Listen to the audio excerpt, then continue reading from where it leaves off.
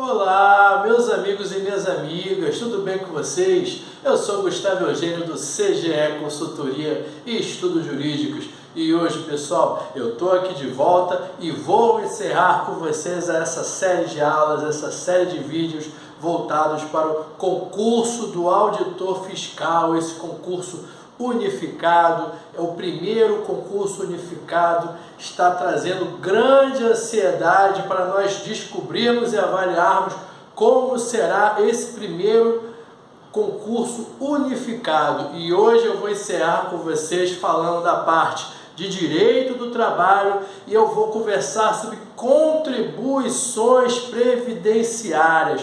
Eu escolhi esse tema para encerrar. Teríamos outros temas para encerrar, outras possibilidades, mas nessas últimas duas aulas eu apostei em algo um pouco mais complexo, algo que sai daquele raciocínio clássico do estudante de direito do trabalho e do advogado trabalhista. Porque é isso que a banca examinadora ela gosta de fazer. Ela gosta de tirar você da sua zona de conforto. E já percebi o seguinte, aquelas pessoas que conseguem as melhores pontuações saem daquele padrão básico das matérias, saem daquele padrão básico do direito do trabalho. Vamos conversar sobre as contribuições previdenciárias e quais são os seus reflexos na justiça do trabalho. Mas antes de mais nada, pessoal, eu peço para que vocês acionem o sino de notificações. Se você quer estar sempre por dentro do nosso conteúdo aqui de direito do trabalho, processo do trabalho. No último mês eu só venho conversando com vocês sobre direito do trabalho por causa desse concurso público que só cai direito do trabalho. Mas depois nós vamos voltar aqui falar mais um pouco de processo do trabalho juntamente com o direito do trabalho.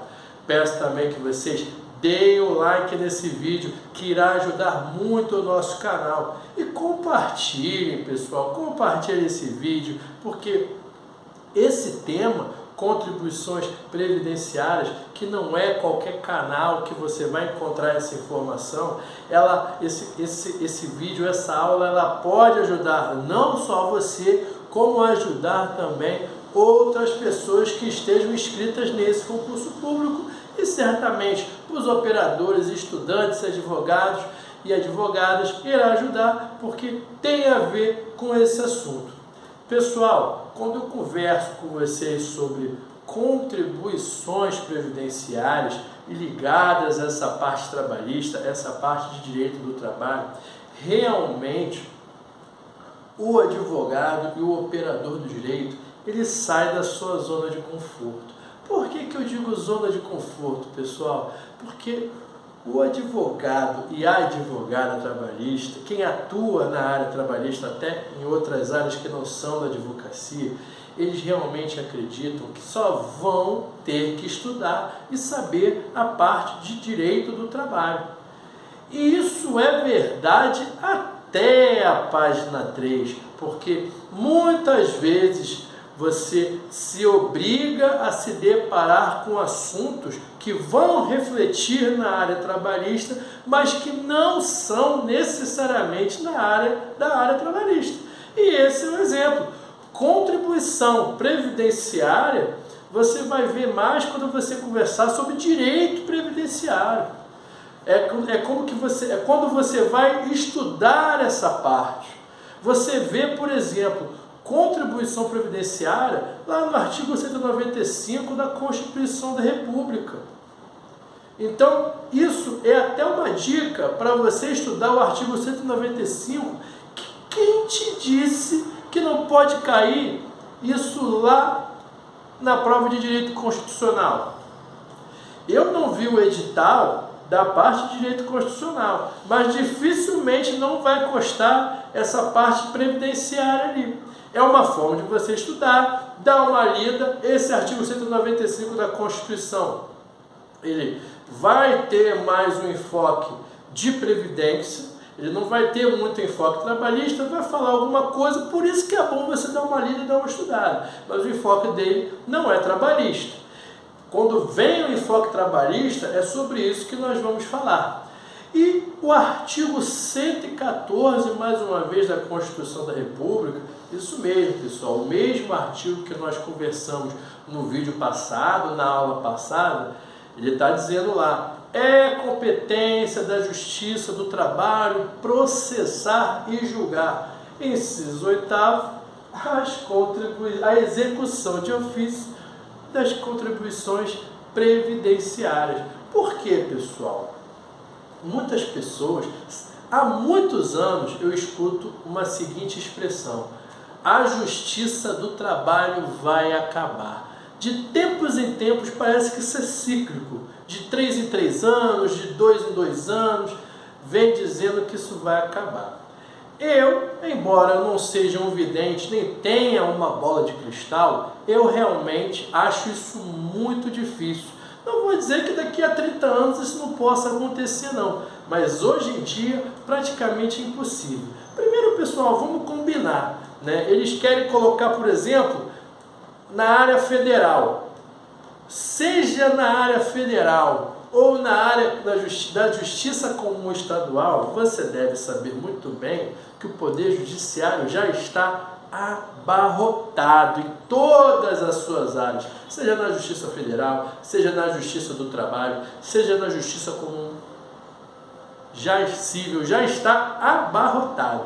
Imagine você pegar a parte trabalhista e inserir em uma dessas áreas. Você já visualiza o que vai acontecer. O que já é parado vai ficar mais parado ainda. Essa que é a verdade. Além disso, pessoal, o segredo está aqui. Contribuições previdenciárias e recolhimentos de imposto de renda, quando nós falamos do acordo trabalhista, das sentenças condenatórias, elas são executadas aqui na Justiça do Trabalho. Para quem não entendeu o que eu estou dizendo, eu vou desenhar aqui para você. Ó. Já imaginou quantos milhões de reais são executados de ofício através das sentenças do direito do trabalho, através dos acordos da Justiça do Trabalho? Milhões de reais são recolhidos, são retirados, são executados aqui pela própria Justiça do Trabalho. Ou seja, além da Justiça do Trabalho fazer esse trabalho que outros órgãos vão ter que fazer, é muito dinheiro envolvido. E você sabe muito bem que quando tem muito dinheiro envolvido, o que manda é isso. E você acha que as outras classes da magistratura federal e estadual vão aceitar calmamente receber esse acréscimo absurdo de trabalho? Você realmente acha isso? E você acha que o Poder Judiciário ligado à Justiça do Trabalho vai deixar escapar toda essa possibilidade que ela tem? Pois é, então já perceba a importância disso. E por isso que eu quis colocar esse tema para encerrar, porque a grande verdade é a seguinte, pessoal, eu sempre digo para todo mundo, e falei inclusive na aula passada, o examinador ele pode perguntar um monte de coisa, mas em vez de eu ir naquele padrão, aquelas questões padrões, eu preferi apostar em algo que pode estar ali escondido dos olhos de você, candidato. Eu poderia, por exemplo, já que eu estou falando aqui do artigo 114, falar de dano moral coletivo, é até uma dica para você estudar. Eu estava na dúvida em falar de dano moral coletivo ou contribuições previdenciárias, porque eu também já estava aqui no artigo 114, mas eu preferi partir para as contribuições previdenciárias. Mas dá uma lida lá, dá uma lida em dano moral coletivo, teve assunto recente, então é interessante. Mas aí, pessoal, você vai para a contribuição previdenciária porque está afeto à Justiça do Trabalho. E é importante você partir por esse lado. Por quê? Olha só na prática como é que funciona. Das sentenças condenatórias trabalhistas, ou seja, quando tem a sentença, o juiz condena a empresa a pagar horas extras, intervalo intrajornada,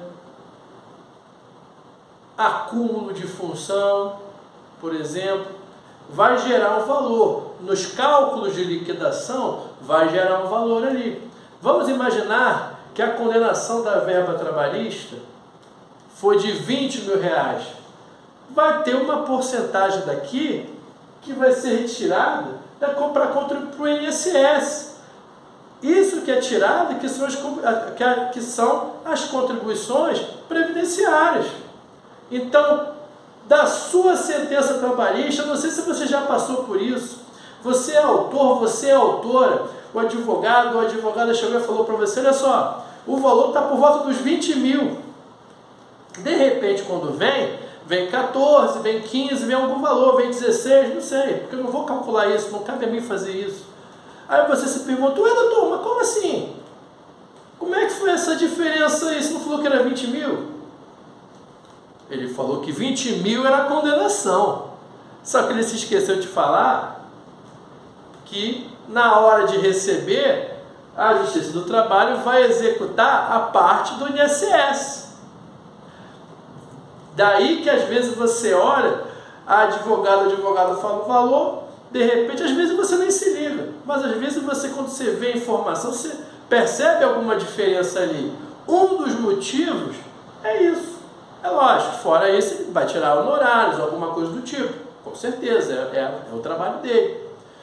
Mas essa diferença que foi retirada são as contribuições previdenciárias, previstas lá no artigo 114, inciso 8º.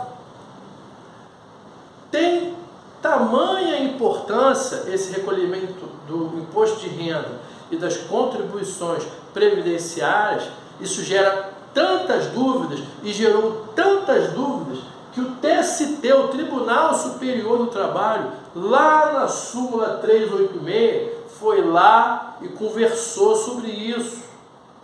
Falou, eles perderam tempo, os ministros do TST perderam tempo. E não foi só ministro do TST que perdeu tempo não, tá? O Supremo Tribunal Federal também editou súmula vinculante. Pessoal, eu dou uma dica aqui para vocês. Além do artigo 114, além da Constituição e do artigo 195 da Constituição, dá uma lida nessas duas súmulas, súmula 368 do TST e súmula 53 do STF, súmula vinculante 53, que fique claro, súmula vinculante do Supremo Tribunal Federal. Essas duas súmulas, embora tenham descrições um pouco diferentes, narrativas um pouco diferentes, elas estão falando exatamente a mesma coisa, desses recolhimentos de imposto de renda e de INSS, das contribuições previdenciárias. E da onde que vem essas contribuições previdenciárias? Da onde que vem? Elas vêm da sentença, como eu já falei, e dos acordos. Da mesma maneira que aquele valor da condenação vai ser descontado no INSS, também do acordo vai ser descontado no INSS. Se você fechou um acordo de 20 mil, tenha certeza que desses 20 mil não vai sair 20 mil livre para você. Vai ter desconto previdenciário, como nós estamos conversando aqui. Aí que tem um outro pulo do gato que é muito importante, tanto para a prova objetiva como para a prova discursiva. Quando nós estamos falando de descontos previdenciários, das sentenças condenatórias em pecúnia, a súmula inclusive fala o seguinte: sentença condenatória em pecúnia, pecúnia, dinheiro. Se tiver sentença condenatória que não estejamos conversando sobre dinheiro, não vai ter recolhimento de INSS, concorda comigo? Quer um exemplo? Se nessa sentença ou nesse acordo só tiver a anotação da carteira de trabalho, só vai ser uma obrigação de fazer e vai anotar lá. Não vai ter dinheiro envolvido, não vai ter pecúnia envolvido. Então não há que se falar em desconto previdenciário.